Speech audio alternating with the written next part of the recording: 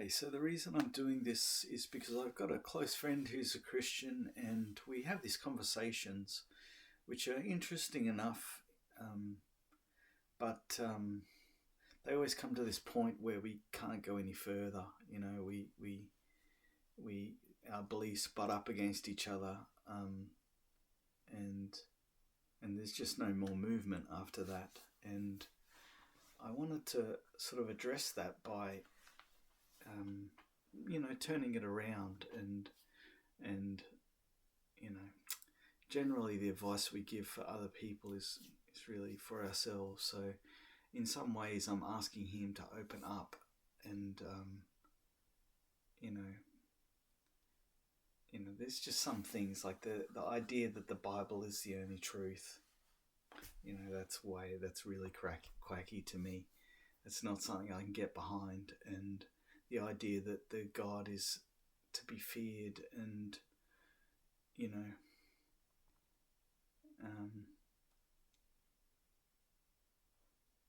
it's just, to me, it's a projection of ourselves, of humans, that humans are to be feared in some ways, and we're just projecting that onto God.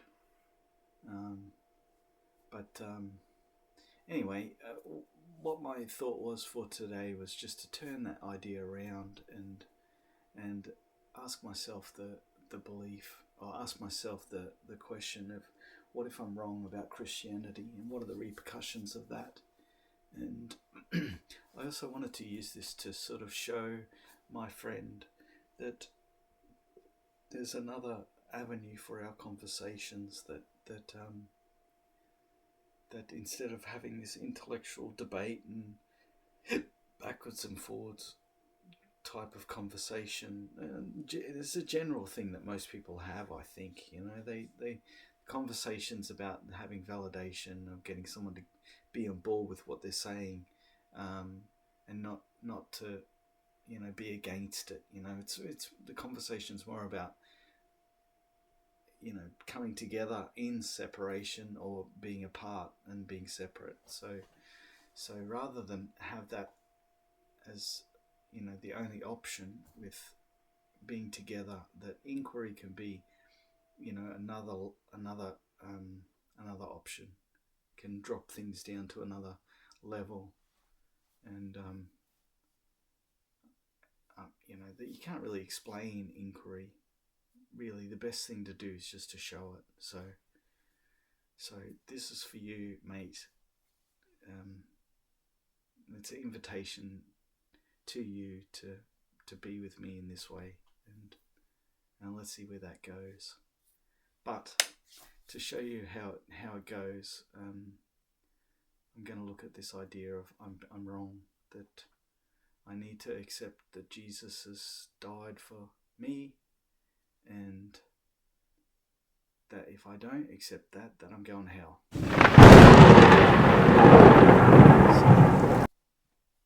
So I start with this just by coming into the body, coming into what's here just in this moment in the body.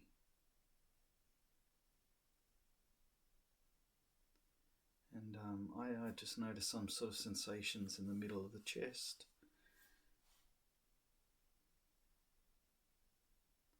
So like a little bit of lower back pain.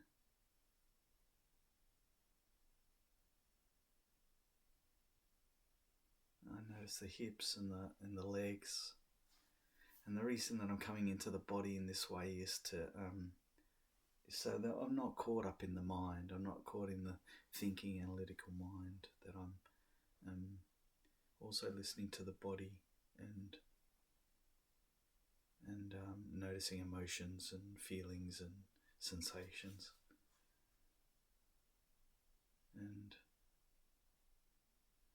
I'm noticing that, okay, there's a little bit of something in the jaw, just some sort of sensation. There's nothing really standing out, no strong emotion or anything like that. But I'm just getting a feel of what's going on. And I'm not exactly sure how I'm going to do this.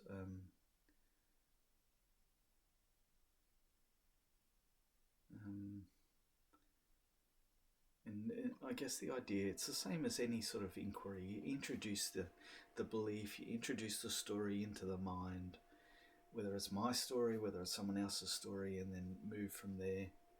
And I want to be really kind of open about it once I introduce the idea, just to flow with what the thoughts are, rather than try and make it something in particular and direct it. So I'm sort of, what I'm doing is like I'm coming to this thought of Jesus being on the cross, and I see this person that, this typical image of like a person with long hair and a beard, and the crown of thorns on the cross, and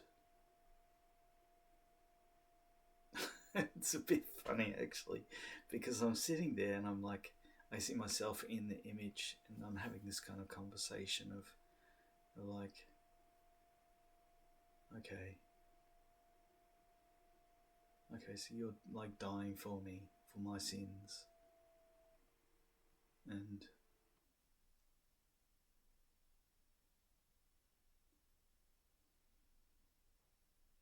how does it feel to see that image, to see me kind of speaking to him on the cross?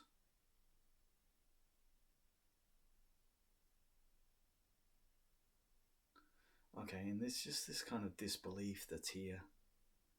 Like I feel into the sense of me sitting there with Jesus. It's a bit funny, because it's a funny, you don't imagine it in this way, because I'm sitting in this way, I'm sitting here, and there's Jesus on the cross there, and I'm just kind of in a little bit of disbelief of like, okay,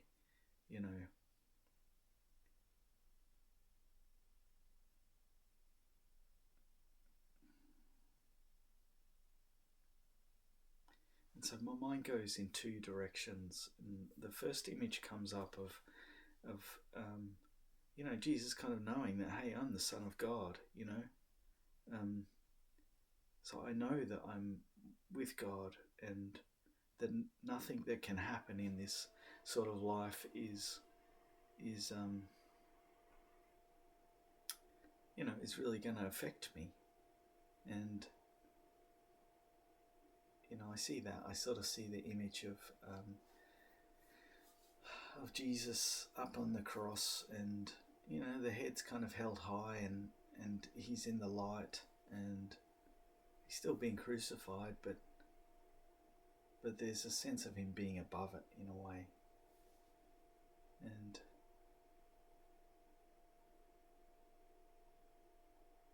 okay, and then so that image is there. And in some ways that makes sense to me. There's a sense of like realizing that, that if he is the Son of God, and he knows that you're pretty much okay. You're okay with what's going on. It might hurt, it might be nice, but hey, you're going to heaven, so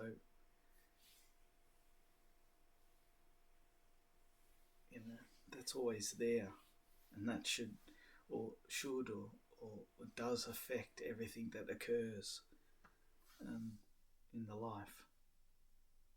And I can see he's a little bit above it all too, which is interesting. He's a little bit not like above the experience of life, because of the thought that I'm going to God afterwards, after all of this. So there's a little maybe disassociation that's happening in the image. And okay, and I kind of I reflect that a little bit. I had the feeling of that, sort of reciprocal way. I can feel the sense of having the head up, and a little bit being on the cross, but it's more about getting the head away from the lower parts, being separate.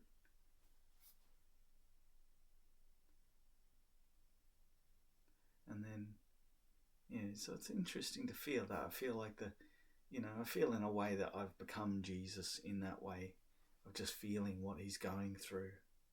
I'm not saying that I am Jesus. I just want to put that out there, but I'm saying that I'm sort of stepping into the idea of Jesus that's happening in my mind, and I can sort of, I'm feeling what's going on in that moment for him. And then there's this other image that's here as well, and it's of the Jesus, and I hear the words from the Bible.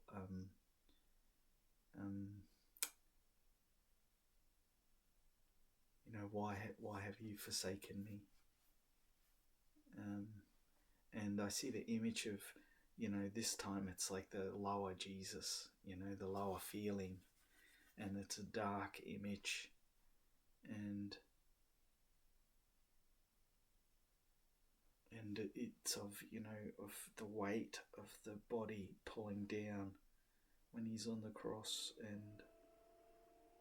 and it's a lot of fear, it's a massive amount of fear there.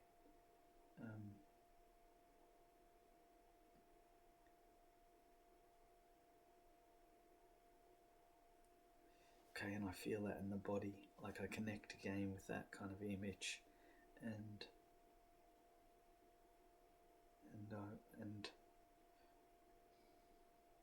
it's not very nice. It's contracted, and there's a sense of like being attacked and being alone, and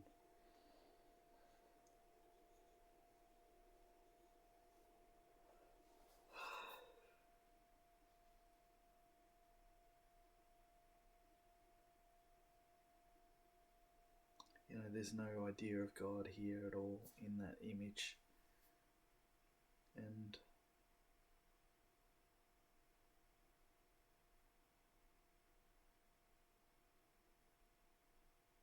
yeah, it's interesting the contrast of the two images.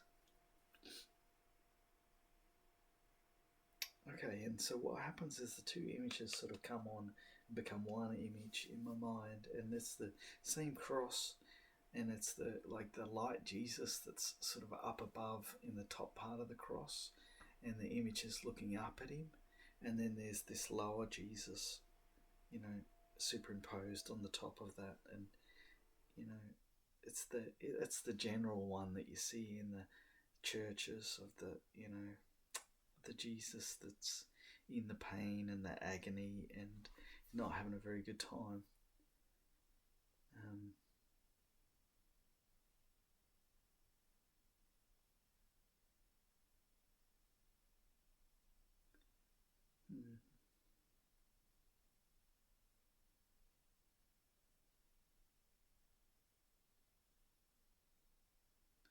Okay, so this is quite interesting, because generally I think when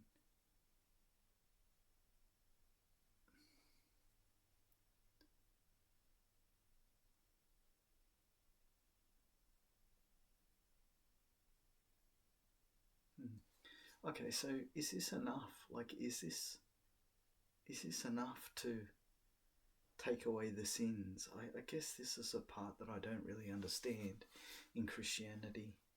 Okay, so and there's a part of me that says, so what? So what that if Jesus was crucified? There was two dudes on either side of him. How can his sacrifice be more than their sacrifice? And I can hear my friend talking in my mind saying that he was pure, he was without sin, but okay, and then there's this idea of like justice, that that you've got to pay for your sins, and that the death of and death is the ultimate sort of payment for the sins, and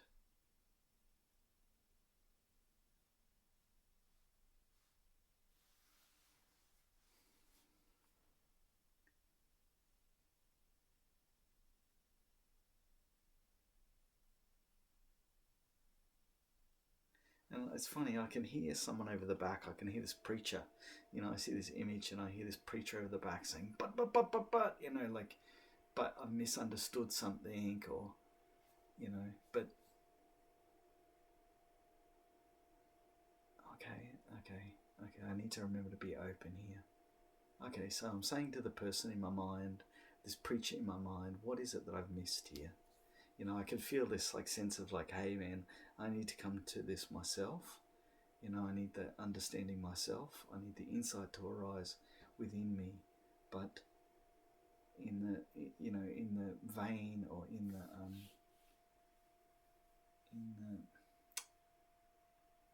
spirit of this particular session where I'm wrong, and I need Jesus. I don't know what where I need that and I don't have that. I'm going to sort of allow this, and so I'm letting this preacher tell me the things that I've missed in this regard. What is it about this sacrifice that is more than the others?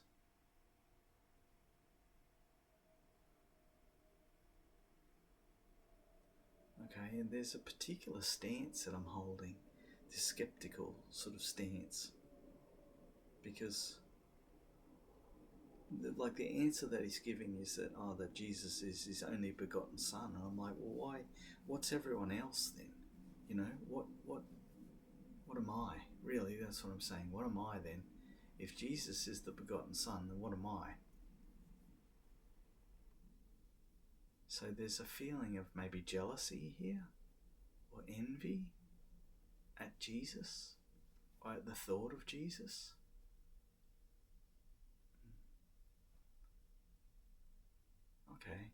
Okay, so this is a part that I miss a little bit with the Christians, is that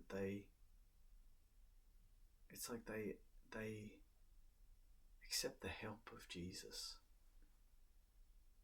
They accept the sacrifice of Jesus.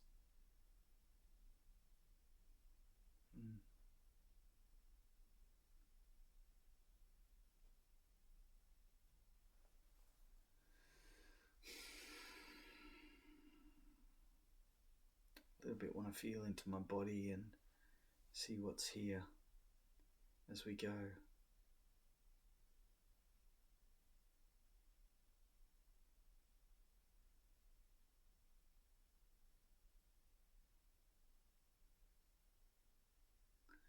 Okay, so I kind of see a different Jesus in my mind now. The cross and all of that is gone, and I just see this kind of silent being that's standing there, and the robes are there. There's a little bit of there's some wind blowing, and it's funny. It's a little bit with the wind with the hair, and okay, but there's there's a seriousness to the face. Yes, I accept that.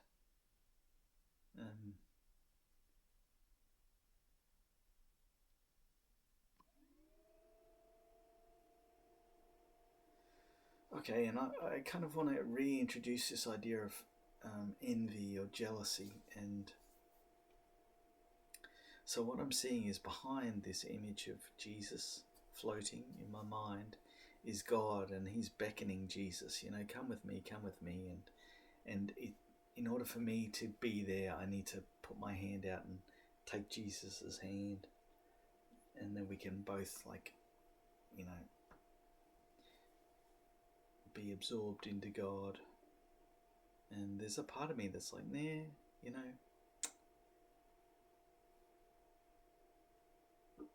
I think it's the manner that I'm seeing the image. I'm not seeing it as helpful, Yeah, okay, interesting. It's because I don't feel like I'm in trouble.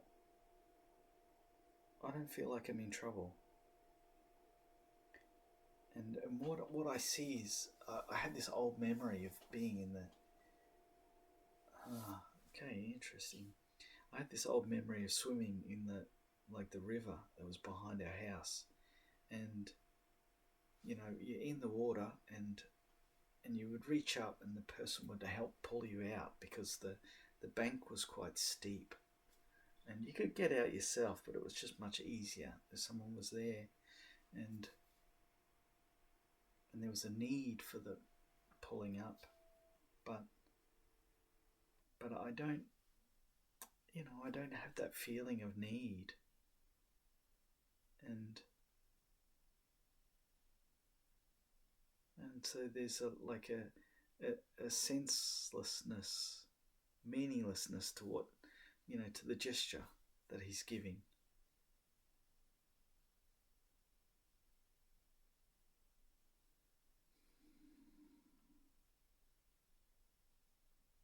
Okay, and then I'm checking into myself in the image. What's here? Is there any suffering here? What would be the need to go to God in this moment, in the image? Is this, am I in hell? Am I in hell in the image? Okay, and the introduction of that sort of brings the hell, and it puts me in that situation where it's a bit similar to the memory of being in the water and needing to get pulled up, and this time I'm in this, like I'm, like hell's in the ground. I'm kind of this much in the ground, and there's, hell and fire and brimstone and everything underneath, and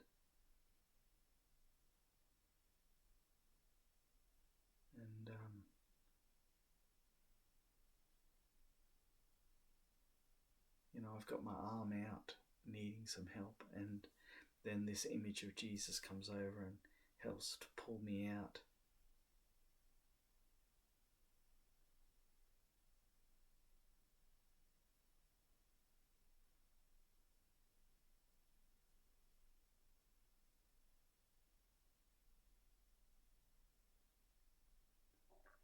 I don't know, it's interesting because there doesn't feel any repercussions after that. The ground closes up and that's it.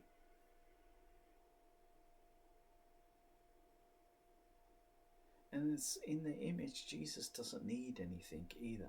He's not there waiting for me to thank him, or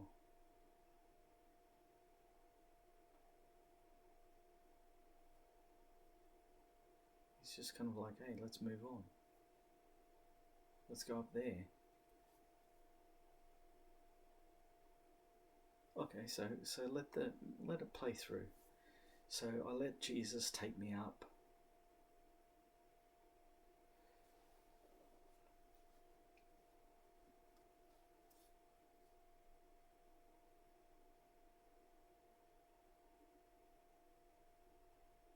Okay, and then it's funny. It's like we're kind of sitting up in the clouds, having a cup of tea. Okay. Where's God?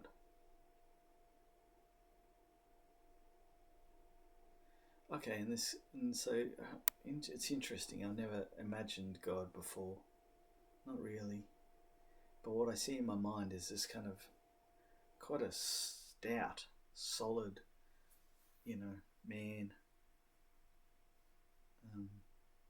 It's very wide, and he comes and sits down,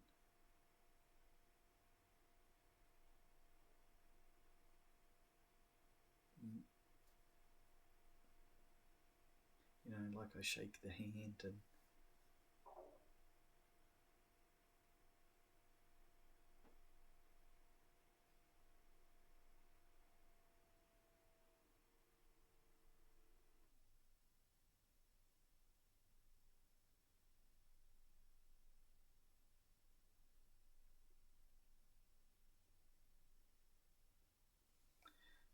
okay, and so I don't know. It's interesting. My mind goes to this place of, would I have met God without Jesus? It's a bit like if you go to someone's house and you meet their parents. You go to a friend's house and you meet their parents, and you probably wouldn't have met their parents in that way without them. And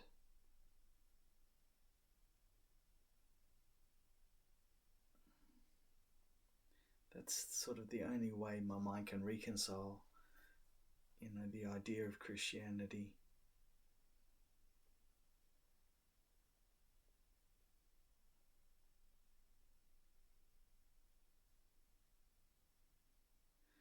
And so then I'm like, I'm a little bit bringing in this idea of the sacrifice, Jesus being sacrificed, and I see the image of Jesus being in the same predicament, so being in the ground up to here and the hell's underneath, and that God just reaches down and pulls him up, and Jesus has done the same for me.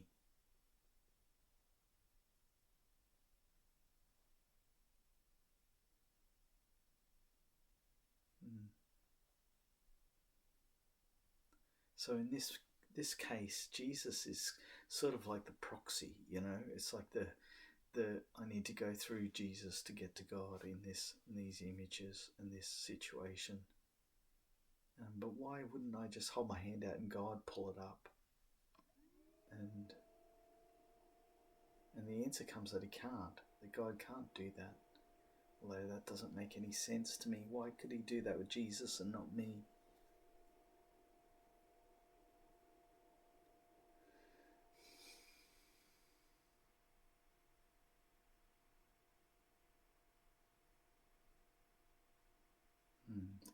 Okay, so now maybe it comes to the crux of the matter, that he can do that with Jesus because of something that Jesus has that I don't have. And this might be this kind of innocence that the Christians, that like my friend talks about, that Jesus has that I don't have.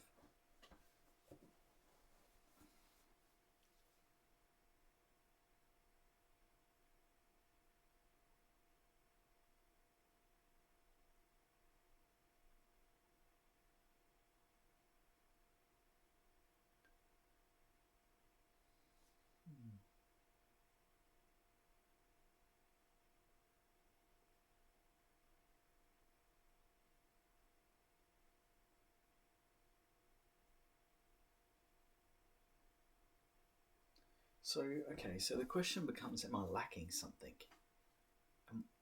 What does Jesus have that I don't?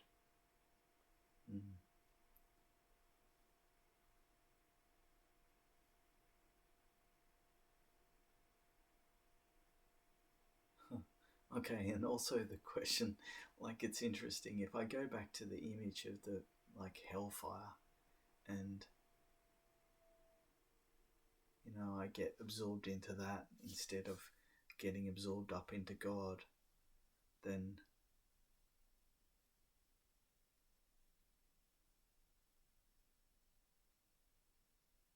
this was part of the conversation that we had too, me and my friend had, was that, okay, his thought was that you need to go and, there's justice for the sins, and that's what hell's about. You need to go to hell. It's going to be for all eternity. But I was saying that, man, my life is limited. I've only been on this earth for 47 years, and I haven't done that many things that are bad, really.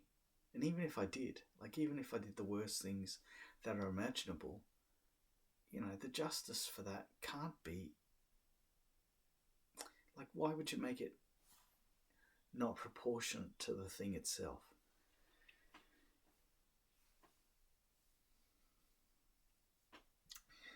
I guess I'm saying that it doesn't make any sense that hell would go forever. So,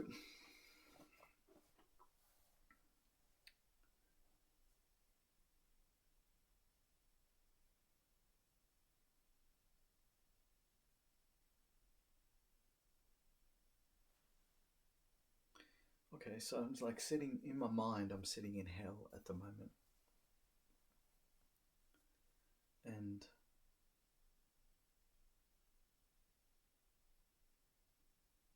And the experience of that is, I see the image in my mind of me sitting with all flames and all that around me, and the feeling in the body is that all these little aches and pains are all heightened, and I can't take my attention away from them.